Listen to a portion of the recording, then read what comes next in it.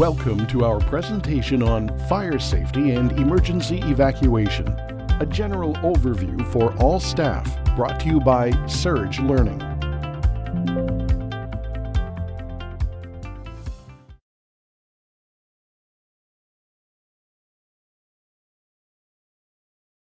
On July 14, 1980, in a nursing facility in Ontario, a fire resulted in the death of 25 patients.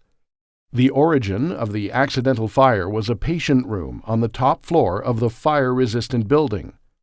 There were several factors contributing to the fatalities, including rapid fire development, failure to extinguish the fire in its incipient stage, failure to keep the door closed to the room of origin, improper staff actions, and failure to notify the fire department in a timely fashion.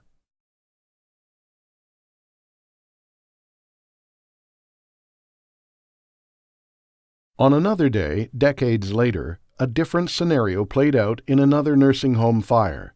In this case, staff got all 192 residents safely out of the building. The Director of Care credits staff action. They participated in fire drills and followed a well-developed fire plan to move residents safely behind fire separation doors.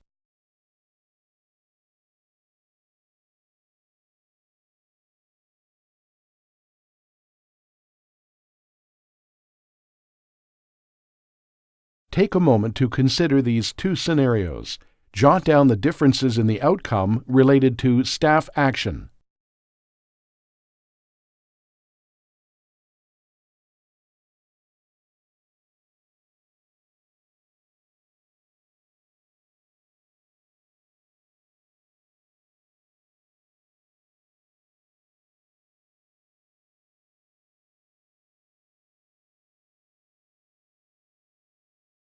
If you need to respond to a fire alarm or evacuation, do you know what to do?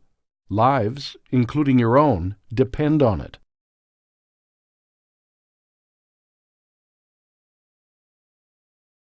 In this presentation, you will have a general overview of how government laws for fire prevention usually fall under the Office of the Fire Marshal. You will also learn about your care sector and its legislation on fire and emergency education and training. You will understand the basis of your facility's policies and procedures and review typical fire and evacuation responses.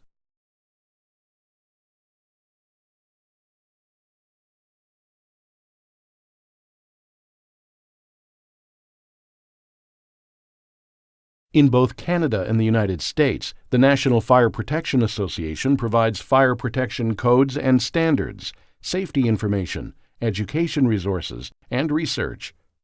From these codes and standards, each province or state develops their standards with a huge emphasis on building codes. This includes construction materials, fire alarms, sprinkler systems, and so on. They also outline staff education and training requirements for care occupancies. Your local municipality or region is tasked with implementing these standards in your own community, usually through the local fire department. Each care sector, long-term care, assisted living, group homes, and so on, have legislation from health or community governments that include requirements for safety, fire and evacuation education and training.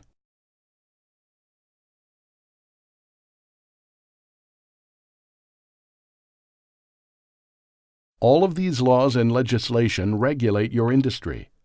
They are regulated in building design, including fire doors and fire separation. Did you know that in your own home, the door from the house to the attached garage needs to be a fire separation door? The laws also direct fire response.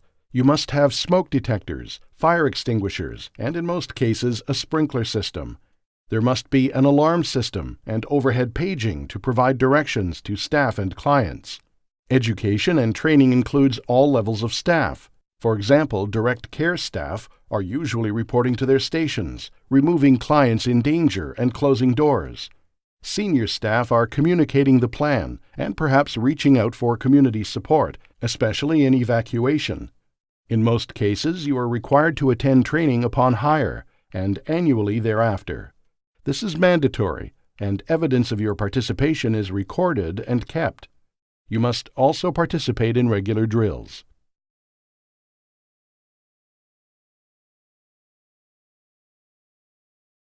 The law is slightly different in every jurisdiction. Most of the time, the laws apply to all residential occupancies. This includes private homes and apartments. For our purposes, this applies to facilities where individuals sleep and pay for services such as housekeeping and meals. They may or may not require some level of personal care. We may know these as retirement homes or assisted living apartments.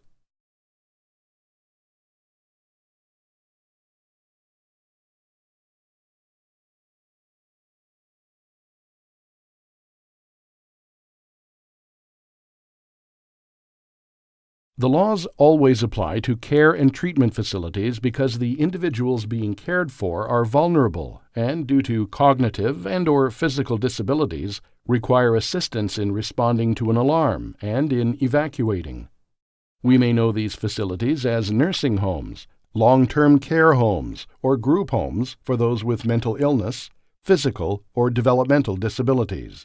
It includes individuals of all ages.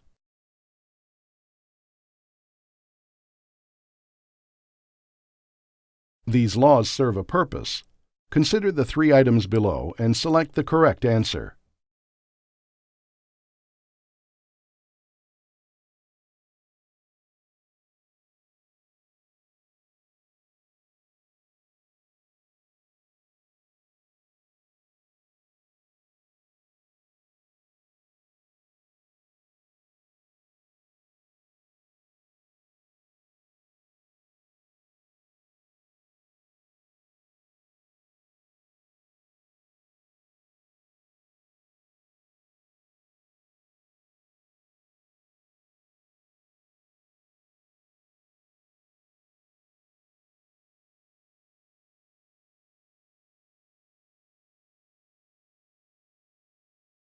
Correct.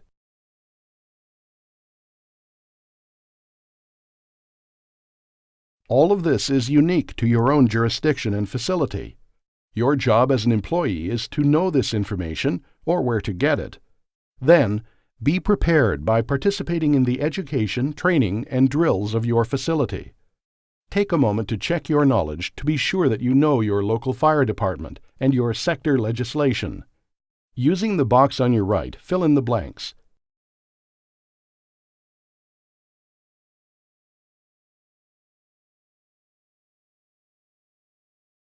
Each facility will have a fire and emergency plan. Your role, which is in your policies and procedures manuals, includes parts of the building code requirements. In addition to the building materials, you may be familiar with inspections and tests of the fire equipment. Sometimes this interrupts your day, yet it is important to make sure everything is in working order. You may do this at home with your own smoke detectors. You will also be educated on the safe use and storage of hazardous materials, including chemicals, and the use of oxygen. The storage room door must display the hazard related to the product that is stored. During a fire inspection, you may be advised that clutter in the corridors and things stored in front of fire extinguishers or doorways is a violation of the fire code. You will also be educated on your facility's fire plan. This plan is a legal requirement, and the education of staff is mandatory. The facility must keep attendance records. Typically, this education is done upon hire and includes an annual refresher. You will also be required to participate in drills. This can be frustrating, but as you saw in the real scenario at the beginning of this presentation, staff saved all lives because they were so well trained.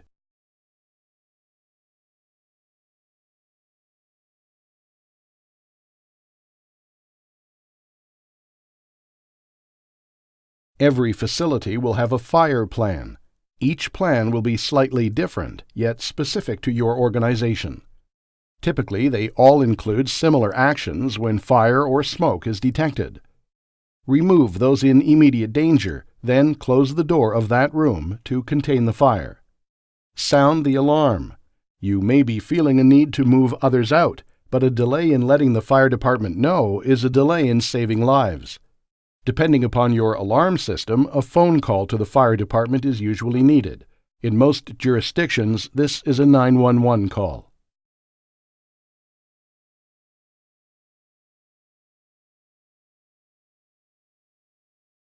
Then, start helping others to leave the fire zone and go to a safe zone behind fire separation doors.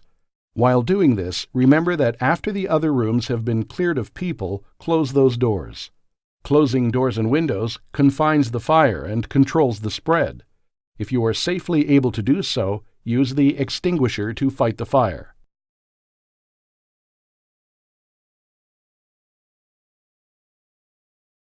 Let's apply what you have just learned.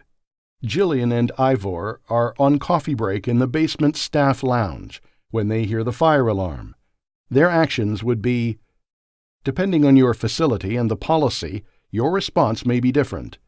Consider this list of possible responses. Report to your work area and wait for instructions. Report to the fire zone from which the alarm was sounded. Report to the charge person for instructions. In your facility, do you know which of these actions is the right one? Do you need to find more information?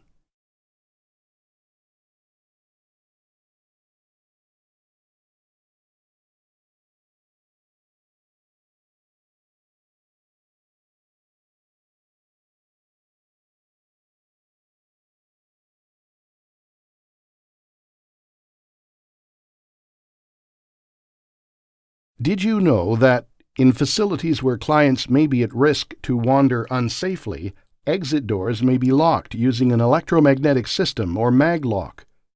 You will use a keypad or swipe card to override the magnet for a few seconds in order to enter or exit these doors. In a fire, however, once the alarm is activated, the doors automatically unlock. Do you see the benefits and the risks of having these exit doors unlocked? The benefit is unrestricted exit during an evacuation. The risk is those who are vulnerable may leave unattended. Your job may be to monitor these doors for safety.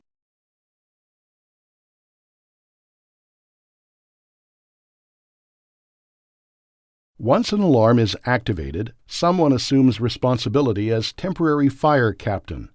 In long-term care, this is the charge nurse.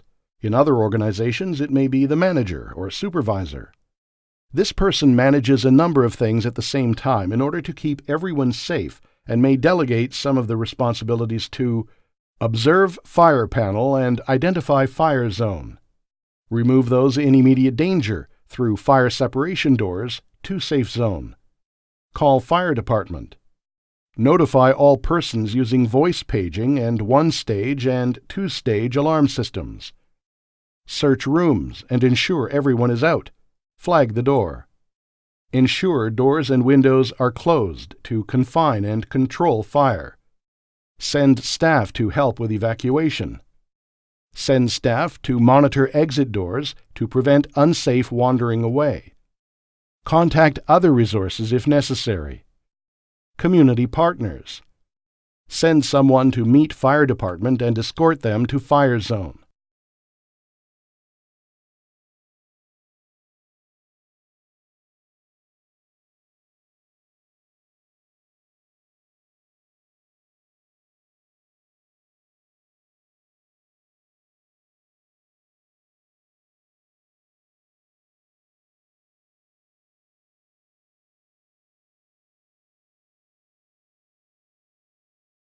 In most fire plans, you will be directed to extinguish a small fire, such as in a wastebasket, only if safe to do so, using approved fire equipment.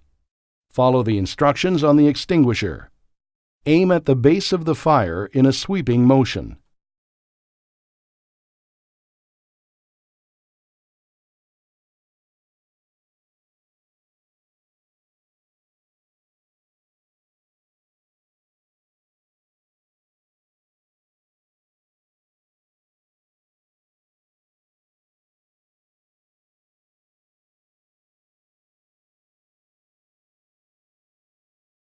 There are different fire extinguishers for different types of fires. Usually, chemical and electrical fires are not suppressed with water, but rather foams or other chemicals. These can be found in extinguishers labeled as universal or ABC.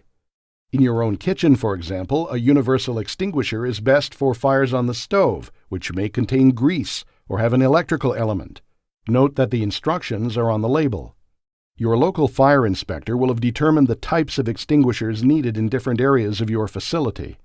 For more information, see the National Fire Prevention Association website or the IAPA document on extinguishers, which can be found in the Surge Library.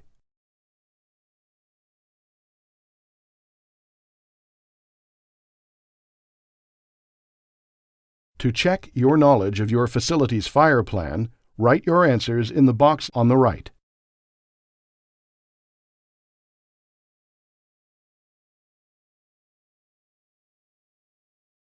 Let's practice what you have learned so far by reviewing this scenario. Paolo, a direct care provider, enters a client's bedroom and finds smoldering linen on the client's bed. The client and his roommate are both asleep. Paolo should then read the 4 options, then number them in the correct order.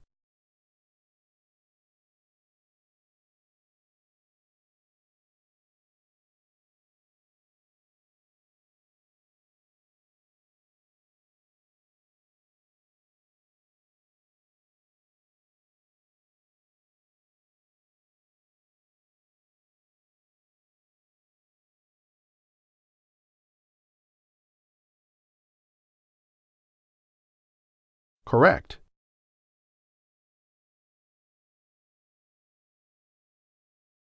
You may need to evacuate clients for many reasons. When there is a fire, noxious fumes, bomb threats, or aggressive responsive behavior, for example. Each facility will have codes for various emergencies that will be announced in an overhead page. Some facilities have a 2-stage fire alarm, where the faster ringing will activate for evacuation. Be sure to know your codes.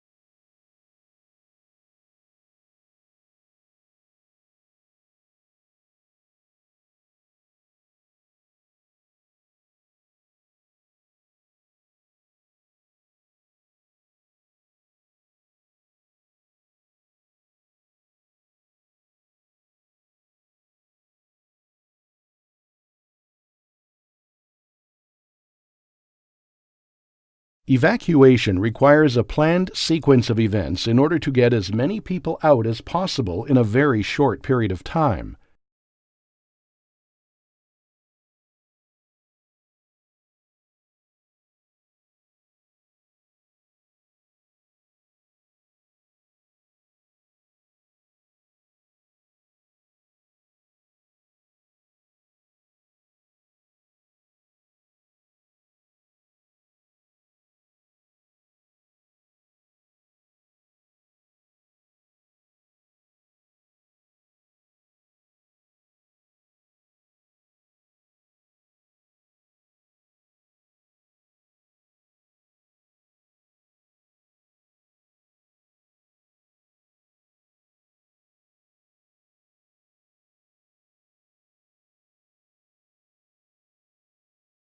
Evacuating those who cannot move may require other transfer methods. This may include a manual lift. Check your facility policy and participate in the training. You may need to lower people to the floor and then drag them out on blankets or sheets, or you may get assistance from the firefighters. Be sure that you know your facility policy. If wheeled equipment, including beds, fit through doorways, It may be prudent to wheel rather than lift people.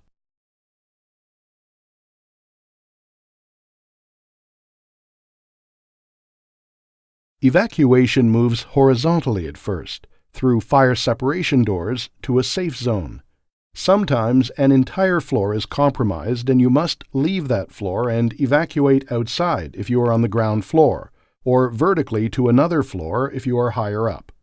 Click on Yes or No for each of the statements below regarding standard vertical evacuation. The answer is correct. It is difficult to get people off of a roof. Unless advised otherwise, evacuate downward.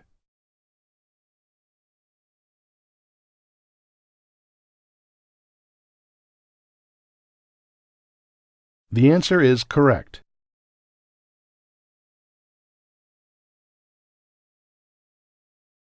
The answer is correct. Never use the elevator. It may get stuck with you inside.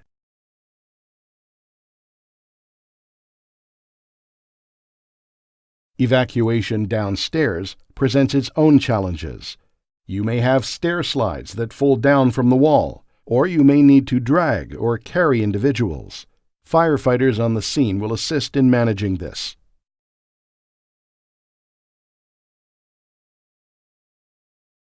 If you evacuate outside, you must have a meeting place established as part of your plan. The senior staff have likely called in your community resources to manage the clients outside and transport them to temporary living arrangements. Their care needs, such as food, water, warmth, medication, and health care, will also be provided by the community team. Once outside, it is important to take accurate count of all persons, including staff and visitors who are in the building.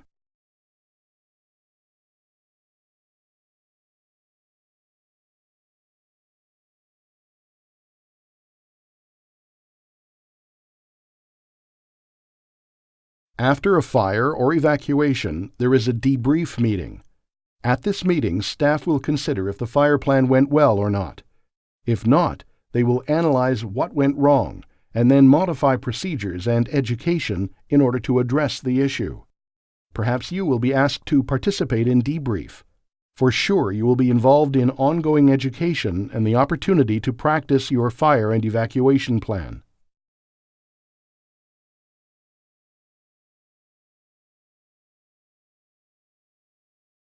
In summary, you have reviewed fire laws, sector legislation, facility policy and procedure, typical fire and emergency responses. Take some time to identify your personal learning goals and record them in the text box.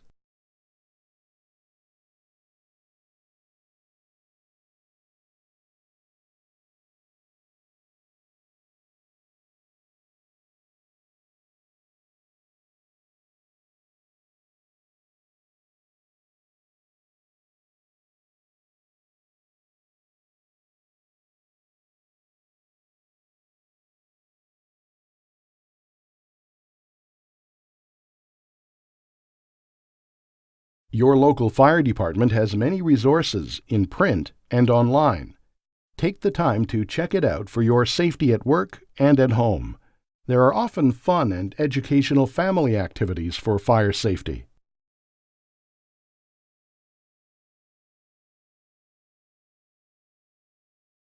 For further information, review the references provided.